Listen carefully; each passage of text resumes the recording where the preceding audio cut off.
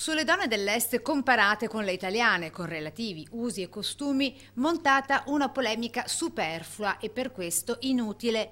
Parole dell'andrologo veneziano Gabriele Mercuri. E quindi mi pare un luogo comune dire le donne dell'Est sono più belle, più sexy delle donne italiane. Questo è vero. Poi la trasmissione pare che sia stata intrisa di luoghi comuni.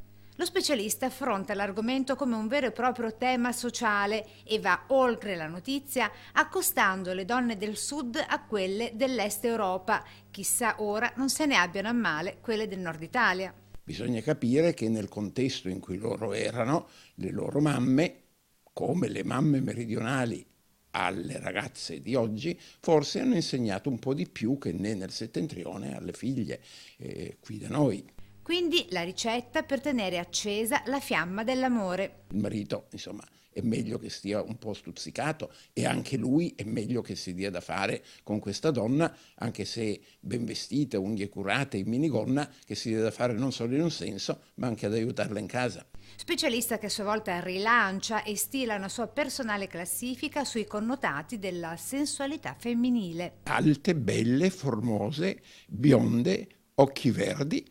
E il dibattito continua.